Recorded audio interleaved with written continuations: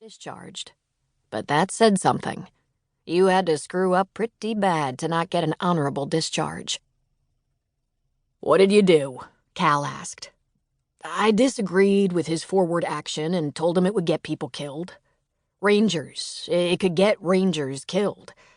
I had 10 or 100 times the experience he had, but he was in competition with me or something because he was hell-bent to drive 5 of our best Rangers right into the known hotbed of ISIS training. And it was going to get people dead. I think they plucked that idiot out of the motor pool and put him in charge of a unit. I overrode his orders, and he threatened me with jail. I thought that it was probably time for a career change. "They sent you home?" Cal asked. "You must have done something even worse than disagree for them to send you home." Dakota squirmed. "I was acting in the best interest of my men." "What did you do?" Dakota didn't answer. "You hit him or something?" "No. My guys wouldn't let me do that," he said. Then he hung his head briefly. "I let the air out of the tires until I could get in touch with another colonel I know who could try to intercede with the orders that would put us directly in harm's way." "Jeeps?" Cal asked. "No. MRAPs. MRAPs? Mine-resistant assaultive protective vehicles. The big ones." "Those big mammoth desert beasts with tires taller than I am?" Cal asked. "How the hell do you let the air out of those?" "With 45, he said softly. Or M16. "You shot out the tires? How is it you're not in jail?" I was. "Good behavior," he said. And it was determined the colonel was incompetent and had done even worse things before. Cal, he was crazy. Homicidal. He had no idea what he was doing. He wasn't a ranger. He had very little combat experience. He was a joke.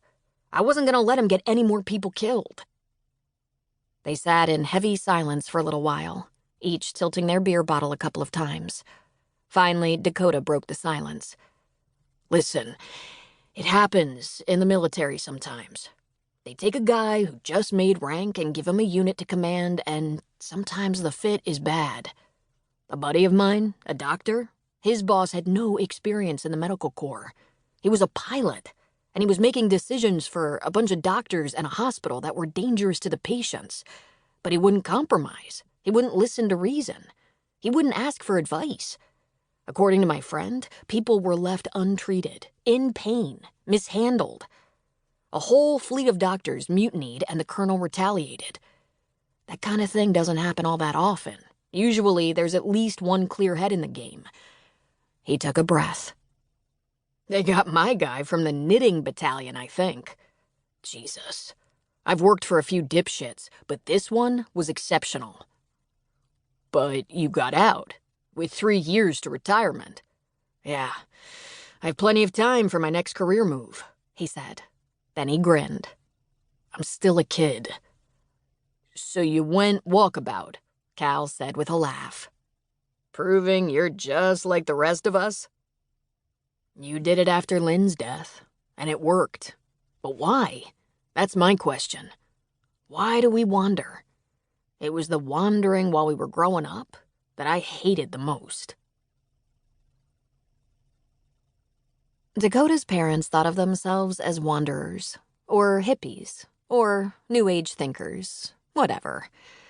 What they really were was a father who was schizophrenic, often delusional and paranoid, and a mother who was his keeper and protector. They took their 4 children with them as they roamed the country in a van, and then later a school bus converted into an RV.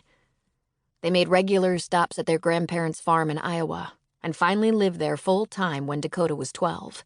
Cal, the oldest, was 16, and their 2 sisters, Sedona and Sierra, were 14 and 10.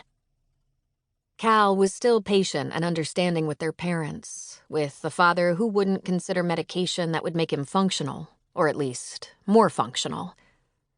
He was even tender with them.